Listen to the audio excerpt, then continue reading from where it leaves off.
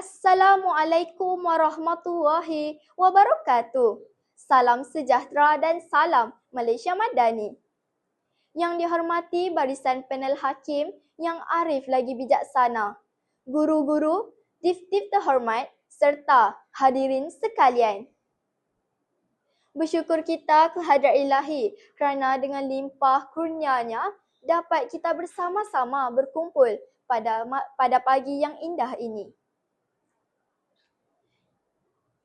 Pada kesempatan ini, berdirinya saya di sini di hadapan anda untuk menyampaikan sebuah pidato yang bertajuk Budaya Salam Pembuka Silaturahim. Amalan memberi salam adalah satu budaya yang mulia dalam kehidupan masyarakat kita. Salam bukan hanya sekadar ucapan di bibir, malah menjadi tanda hormat, kasih sayang dan persaudaraan sesama manusia.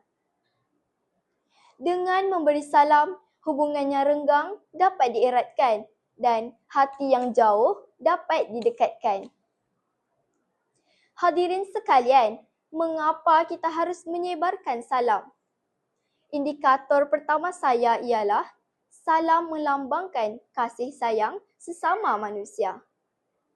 Apabila kita memberi salam kepada seseorang, kita sebenarnya menunjukkan rasa hormat, keprihatinan dan kasih terhadap orang tersebut.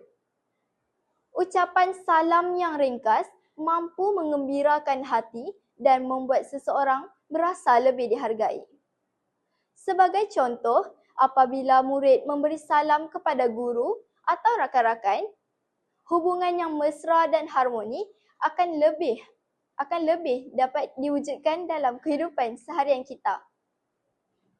Selain itu, amalan memberi salam juga dapat mengeratkan hubungan silaturahim dan mengelakkan perselisihan faham berlaku.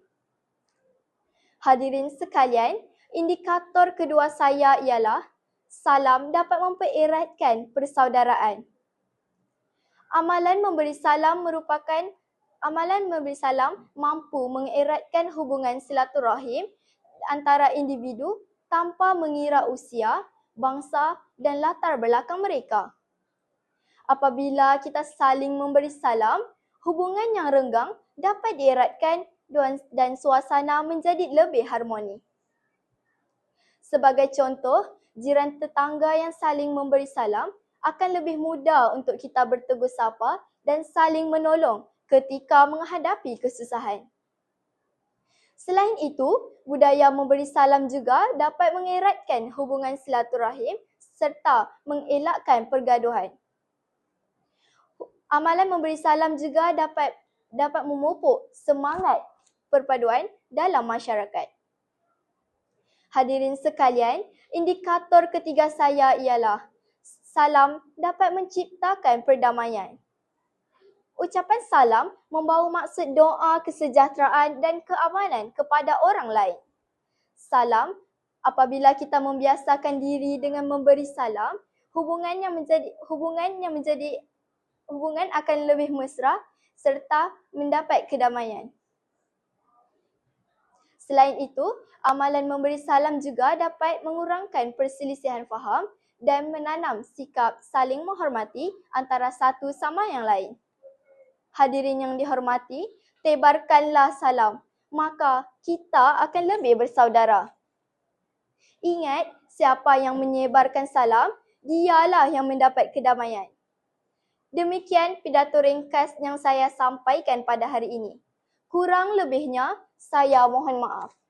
Sekian, wabillahi taufiq wal hidayah. Wassalamualaikum warahmatullahi wabarakatuh.